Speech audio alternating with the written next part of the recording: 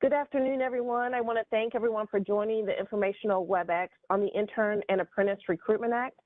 A couple of housekeeping notes before we begin. Everyone on the call today is muted. If you have questions, we ask that you place it in the chat feature. If we have time at the end of the call, we will try to address as many questions as we can. Also, this WebEx is being recorded, and we will provide a link to the recording on our ded.mo.gov webpage. To find our information from the DED page, you will click on the Workforce hexagon and then click on the Upskilling hexagon. There you will find the description of the program, who qualifies, how to apply, and documents, which that's where you will find this recording as well as the guidelines for the program. So with that, let's go ahead and get started. The Intern and Apprentice Recruitment Act, referred to in this presentation as IARA or IRA, passed with the 2023 General Assembly and House Bill 417. The program began January 1 of this year, so of 2024. The purpose of this act was to establish a tax credit program as an incentive for businesses to grow the number of interns and or apprentices they employ. The goal is to create a stronger workforce with the skills and on-the-job training needed to be successful. As with any program, it's important to understand some key definitions. Three of the definitions I would like to highlight from the guidelines include the definition of an intern, apprentice, and calendar year. Based on our experience, these key terms could have different meanings for each company. First, for the intern. This is a student who is enrolled at an approved public or private institution and has completed a minimum of 30 credit hours. Again, it's key to note with this definition that they have to be enrolled and completed a minimum of 30 credit hours. For the apprentice, this is an individual registered and participating in a qualified Missouri apprenticeship or program who has completed at least 1 year in such qualified apprenticeship program. Calendar year, this is any 12 consecutive months. We recognize that individuals might start their intern or apprenticeship program at any time throughout the year. This definition will be important specifically for the apprenticeship program, as you will see later on in the presentation. Who is eligible to apply? As outlined in the statute, eligible applicants could include an individual, firm, partner in a firm, corporation, partnership, shareholder in an S corporation, a member of a limited liability company subject to state income tax imposed under chapters 143, 147, 148, or 153 that engages in business in the apprentices or interns' chosen field of study. So again, this is outlined by statute and can be found also in our guidelines. Now, funding amounts. The IRA program has a maximum program cap of $1 million per year. From that, businesses could receive a $1,500 tax credit per paid eligible intern or apprentice up to a maximum of $9,000 per year. This equates to potentially 6 interns and or apprentices the company could receive tax credits for. I will show you examples of this calculation in an upcoming slide, but just wanted to kind of lay it out here. These tax credits shall not be refundable. Also, no tax credit shall be carried forward to any subsequent year, tax year, nor shall the tax credit be assigned, transferred, sold, or otherwise conveyed. In order for the intern and or apprentice to qualify for the tax credit, there is certain criteria that will need to be met. As I mentioned at the beginning of the presentation, this program is designed to grow the number of interns and apprentices. So some of that growth is built into this criteria for eligibility. For both interns and apprentices, the number of interns or apprentices employed during the tax year must exceed the average number of interns or apprentices employed by the taxpayer for the 3 previous years. And interns and apprentices must be hired at a pay rate that is equal to or greater than minimum wage. Specifically for interns, the intern shall work a minimum of 60 hours per month for 2 consecutive months and have a minimum of 30 credit hours. And specifically for apprentices, they shall complete a minimum of 144 hours of technical instruction in a calendar year for which the credit was claimed, and a minimum of 2,000 hours of on-the-job training at the completion of their apprenticeship program. So earlier I mentioned that definition of a calendar year. So remember, a calendar year is 12 consecutive months. The apprentice shall be counted in the tax year they completed the 144 hours of technical instruction. So for example, if the technical instruction began in July of 2024, but completed in June of 2025, the apprentice would be considered in the 2025 tax year. So it's the year they complete is where the tax credit will be applied. As for the 2,000 hours of on-the-job training, this is the minimum amount of hours required for a registered apprenticeship program. So if you will have an approved registered apprenticeship program in the state of Missouri, that should be covered with that registration. Some additional qualifying criteria. As previously mentioned, this program began January 1 of this year, 2024. So no tax credits will be used for interns or apprentice hired prior to 2024. However, we will use prior year's data on the number of interns and apprentices hired to establish an initial baseline of an eligible company that an eligible company will need to exceed in order to be eligible. Let me provide you some examples. So in this example, there are two charts, one for the apprentice and one for the interns. If company X hired 0 apprentices in 2021, 2 in 2022, and 1 in 2023, the 3-year average is 1. To qualify for the apprentice tax credit, the company must exceed the number of apprentices, so they must hire at least 2 in 2024. If that same company also hired interns in 2021 and they hired 0 in 2021, they hired 3 in 2022 and 2 in 2023, the 3-year average would be 1. We will not round up or down, but rather take the whole number. So to qualify for the intern tax credit, the company must exceed 1 intern and must hire at least 2 in 2024. So for this example, if the company hired 2 apprentices in 2024 and 2 interns in 2024, they could claim $6,000 in tax credit. I wanted to provide you with another example, and this one is going into tax year 2025. So let's look at these two companies again, or this company again. If company X hired 2 apprentices in 2022, 1 in 2023, and 2 in 2024, the 3-year average would be 1 in 2025. The company would have to hire at least two apprentices to qualify. Again, if that same company hired 3 interns in 2022, 2 in 2023, and 2 in 2024, the 3-year average would be 2, so they must hire at least 3 to be eligible. So for this company, they hired a combination of 5 interns and 5 apprentices, as you can see, so 2 apprentices and 3 interns. That calculates to $7,500 in 2025 that they could claim in tax credit. But they could also go back to 2024 when the program began and add another intern or apprentice from the previous year to get the maximum tax credit of $9,000. They can't go back prior to 2024, but they can go back from that prior year and pull one forward so they can get the $9,000 maximum tax credit. But with this, there's obviously documentation that will be required. So if you go to the next slide, please. So this information is also in our guidelines, but for interns, and documentation that you will need for interns, you will have to have show at least two consecutive months of payroll demonstrating a minimum of 60 hours per month of employment at a wage equal to or greater than minimum wage. Also, they must have a college transcript demonstrating their current enrollment and the completion of a minimum of 30 college credit hours.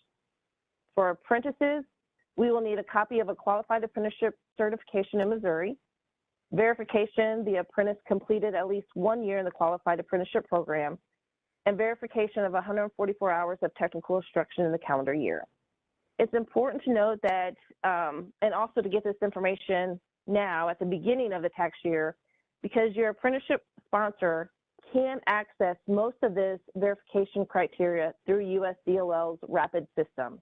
So again, if you have an approved registered apprenticeship program, you're familiar, your sponsor is familiar with the RAPID program that they have, and you'd be able to pull down a lot of that information from that documentation. For the application process, although this program began January 1 of 2024, the actual application will open up in July. The application platform that we'll be using is Submittable. And if you have participated with the CARES Act or any of our other programs here recently with ARPA, you're familiar with this portal, submittable portal. This application will be a two-phase application process.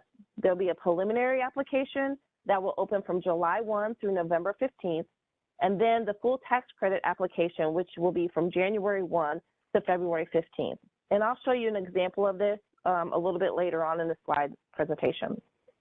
The preliminary application must be completed during the designated timeframe in order to be eligible to submit your full tax credit application. This same holds true for the full tax credit application. It must be submitted during the designated timeframe. If the amount of tax credits claimed exceeds $1 million during the full tax credit application, a priority process will be implemented. This is one of the reasons why we have a two-step process, so we can perform some due diligence ahead of time. So a little bit about the priority process and how that looks. So if the total amount of tax credits claimed in a tax year under this program exceeds $1 million, priority shall be given to taxpayers who have been in business for less than 5 years, with the remaining tax credits to be distributed based on the order in which they were requested. The order of tax credits claimed or requested is based on those applicants that submit their full tax credit between January 1 and February 15th. So it does not have anything to do with when you submit your preliminary application. So it only goes off of the date of the full tax credit application. That's when we'll look at the priority process. Again, if we exceed $1 million, the first step is looking at businesses that are less than 5 years, and then we'll go in the order in which the tax credits were claimed from that full application. So with this, I just want to highlight some of the timeline and what that looks like to be a little bit more clear. So from January 1 to December 31st of every year, that is the time frame for interns and apprentices to be hired and considered for the tax credit for that year. So right now, we are in the 2024 tax year. So any interns or apprentices that you hired this year, you will be able to potentially claim on a tax credit when you do your taxes in January. So that is the time frame, January 1 through December 31st. From July 1 through November 15th, again, that's when we're going to open up the preliminary application. During this phase, we're going to get general information from the business, just basic company information and documentation such as E-Verify, making sure the company is in good standing, and some of those due diligence pieces. We also are going to ask during the preliminary application the number of interns or apprentices the company has or anticipates to hire during the current tax year. So the tax year that we're in, how many do you anticipate or how many have you already hired?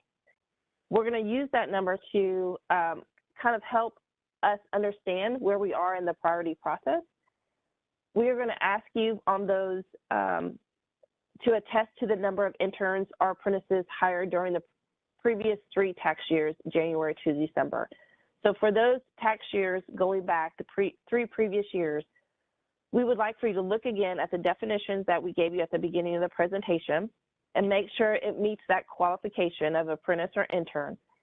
From there, you're going to tell us how many in the last 3 years on that preliminary application that you had of each of those. Again, that's going to help us determine the baseline that you must exceed whenever you actually submit in your full application. Then January 1 through February 15th, that's whenever the full tax credit application will open. This is where we'll get the actual verification documentation from the interns and apprentices that you actually hired during the tax year for which you're claiming credit. This is just another way of showing that information. So again, the application cycle, January through December is whenever you would hire your interns and apprentices. The preliminary applications open up from July 1 through November 15th, and then from January 1 through February 15th is when the full tax credit application will be open for the previous tax year. So just in summary, it's important as we start this new tax year that you keep documentation in mind when you hire your new apprentice or your interns. Again, see our guidelines, some of the documentation you'll need, again, payroll, transcript, information from Rapids, and again, all of that is in our guidelines. Also, interns and apprentices hired before 2024 will be used to establish your 3-year average. Businesses will not need to provide documentation of those interns and apprentices prior to 2024, but we will require you to attest in your preliminary application to the number that you hired during that application, during that process in your application. And Missouri One Start, we will host a WebEx in April or May in that time frame to provide guidance on how to complete the IRA preliminary application as well as the full tax credit application. So we will have another informational WebEx that will go into the detail and kind of explain how to fill out that application when it gets a little bit closer to time. You will be able to get that information again if you subscribe through our Gov delivery. We will send out notification using that platform as we did for this presentation. So that was actually pretty quick information provided. Hopefully it was helpful. And here's the contact information for myself, Christy Davis, as well as my Deputy Director, Shelly Jacobs. If you have additional questions, we'll be glad to answer those for this program. So with that, I think there might be some questions in the chat. Yeah, thanks, Christy. I did get one question that was sent to me. This is from Bryant. They say define hired as an intern, part-time, or hired as a full-time employee. So for that, it must meet the criteria of at least 60 hours per month for 2 consecutive months. So if they meet that criteria of that 60 hours and you hire them at a pay rate equal to or greater than the minimum wage, they would qualify. It did not specify that it necessarily had to be full-time, but rather it had to meet the minimum hour qualification. All right, great. One came through from Nick. Are there any industry restrictions? So going back to the eligibility, again, that can be found in our guidelines if you go to ded.mo.gov, but the restrictions are around the eligible applicants, which are those, again, we mentioned at the beginning of the slides, but not necessarily specific industries, but rather it must meet one of those criteria for tax credit. Okay, next question may be related, Christy. This is from Rebecca. What type of business is eligible? Yeah, kind of going back to that. So it's, again, an individual, firm, partner in a firm, corporation, partnership, shareholder in an S corporation, are member of a limited liability company that is subject to state income tax imposed under chapters 143, 147, 148, or 153, and engages in business in the apprentices or interns chosen field of study. So if you have questions on whether or not you meet that criteria of state income tax imposed under those chapters, I would suggest that you reach out to your legal team within your company to gather that information. All right, one from Becky. Can you pull up the summary slide again, please? All right, another question. Will you be sending out this slideshow? Yes, so this webinar is being recorded and it will be on the ded.mo.gov webpage. So if you go to ded.mo.gov and you click on the workforce hexagon, once you click on that, you'll be brought to a couple of workforce hexagons. Click on the upskill one. When you bring that up, you will be able to see the description of the program, how you qualify, how you apply, and documents.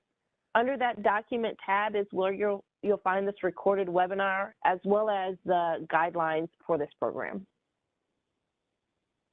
All right, thanks. Another question from Suzanne. Can companies hire interns, apprentices throughout the calendar year? You can, and what I would, you can hire throughout the calendar year. Remember, a calendar year is any 12 consecutive months for that apprentice specifically. So if, again, the apprentice starts in July of 2024 and they are in their technical instruction and that ends in, let's say, June of 2025, it's the year that they completed that 144 hours. That is the tax year in which you would claim them. So you wouldn't actually claim them for 2024 because they haven't completed. You would claim them in 2025 when they've completed. All right, question from Jeremy. Could interns be high school students enrolled in a CTE program? So again, they have to meet that qualification of enrolled in a public or private institution with a minimum of 30 credit hours. So if they are dual enrolled, potentially, if they're dual enrolled in a college and they have a minimum of 30 college credit hours, and they have met that other criteria of employed for at least 60 hours for 2 consecutive months, then potentially they could.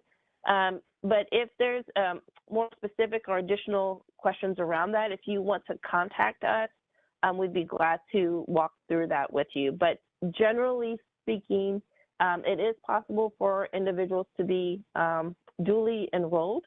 So that is something to look at, but please pay attention to the definitions and the criteria around that to see if they qualify. All right, thanks. Another one from Meredith. Is there a requirement for who provides the 144 hours of education? Could this be done by a nonprofit?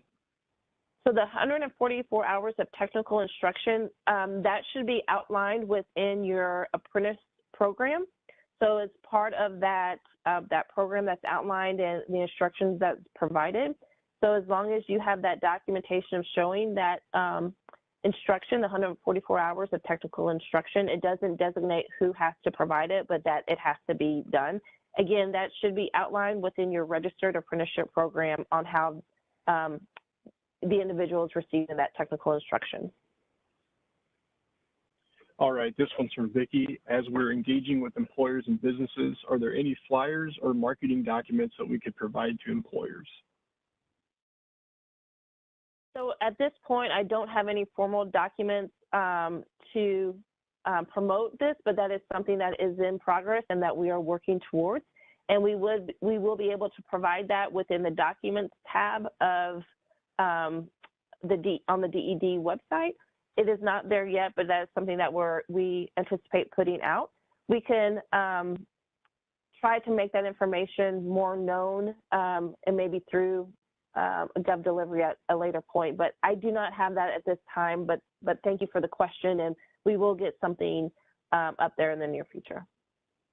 You also can go to MissouriOneStart.com. If you go onto our MissouriOneStart.com page, we do have that information there as well, but we do not have a printed flyer at this time. All right, this one's from Billy. We are a nonprofit and do not pay income tax. Can the tax credits be used to pay any payroll tax like unemployment tax? This is on state income tax imposed on those chapters. So if you do not pay into those income tax, maybe we could, I don't feel comfortable answering that question with just that information. I am not a tax person to be able to answer that. So I'm not sure who asked that question, Chase, but if they could send an email in to either Shelley or myself, we'd be glad to address that. Yeah, sure. That question came from Billy, so we'll be sure to post your email addresses here in the chat so they can follow up there.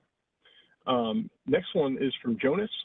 Are only college students eligible to participate in these programs? So again, I'm going to refer back to the definitions of who an intern is and who an apprentice is.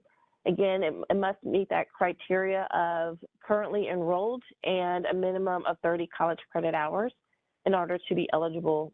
And for the apprentice program, again, the 144 hours of technical instruction, 2,000 hours minimum of on-the-job training, and they must be in the apprenticeship program for at least a year. So I would refer back to the definitions to see if it meets that criteria. All right, another one here. Can new registered apprenticeship programs established during tax year 24 be eligible to participate, or do they need to be already established prior to 2024 to establish a baseline? No, you can establish them at any time. So if you want to establish that apprenticeship program now, you definitely can. You might not be, if this is a new program for you, just depending on, again, the 144 hours, and the individuals need to be in the apprenticeship program for at least a year. So you would, if this is a new program for you, new apprenticeship program, you likely will not be able to claim in 2024 because of that criteria, but it would be eligible in 2025 to claim if that criteria is met. So no, you can establish an apprenticeship program anytime, and again, that's what this program is encouraging, the growth of apprentice and interns, so we would encourage you to do so. The Office of Workforce Development can assist with helping individuals register for the apprenticeship program. So that would be another avenue if you're not familiar with how to register to get an apprenticeship program. We can provide that information as well. All right, another one from Meredith. Can the technical instruction and apprenticeship run concurrently, or does a person have to complete the technical instruction and then begin their year-long apprenticeship? No, there's actually a lot of flexibility there. They can front load with the technical instruction and then do on the job, or they can actually do it concurrently. Again, it's how it's set up within your registered apprenticeship plan on how that looks for each company. I know there's not one way to have an apprenticeship program. There is some flexibility in how that is established. All right, next one is from Suzanne. Do international college students qualify? So for the business, again, they're going to have to show that they that meet the criteria for the business, and part of that is e-verify and ensuring that they have an e-verify. But again, if that individual meets that criteria that we've shown as apprentice and interns, then they should qualify. All right, next one is from Rhonda, and I believe this is our last question in the chat as of this moment.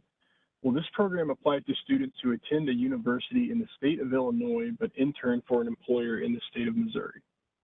So just to repeat that, they are enrolled in a school outside of the state of Missouri, but they have an intern here within the state of Missouri.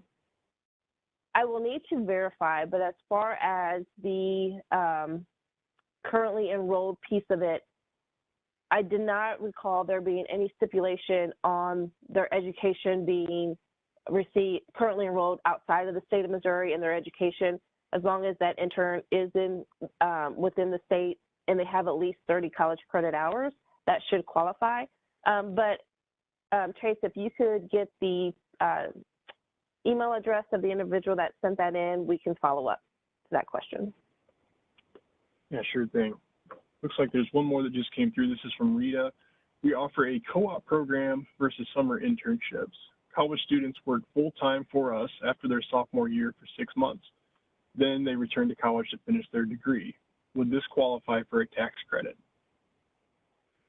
So again, we need to look at that, but if they're currently enrolled still in their schools, so they're currently enrolled, they've completed a minimum of 30 college credit hours. They exceeded, obviously, if they work 60 hours for 2 consecutive months or just doing it as a co-op, that should still qualify them as long as they're still currently enrolled. So that would qualify.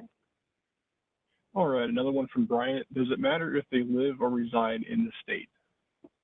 I just want to make sure. I know the apprenticeship program has to be registered within the state of Missouri, and the business within the state of Missouri. Can you repeat the question just to make sure I answer it specifically? Yeah, it just says, does it matter if they live or reside in the state? As the individual themselves, so the tax credit is going to the company. So they, let me verify on that, but as long as the company is within the state of Missouri and their intern or apprenticeship is with that company in the state of Missouri and the individual lives outside the state, I do not think there's any stipulation around that, but that is something that we can verify. Great question. Thank you. All right, this one is from Ross. You may have already covered this. I joined late, but an S Corp or partnership applies and then passes through to the individual owners. Does the credit pass through? So the credit should go to that S corporation or partnership, and I will need to verify, but I do not think it would pass through to individual owners, but that's something that we can clarify. All right, from Lauren, can you go back to the slide that shows the types of businesses that qualify? And Chase, that should be on, I believe, slide 2. I'm not mistaken. All right. So far, that was the last question, I believe. Okay. Well, again, I appreciate everybody's time today. I appreciate your questions. Obviously, this is a new program, so some great questions out there that we will definitely address and go forward. Please expect there to be another WebEx around April or May for us to go over the application and what that looks like. If you have additional questions or you want to follow up, please feel free to contact Shelly Jacobs or myself to answer those questions for you. Again, we appreciate your time and have a great day.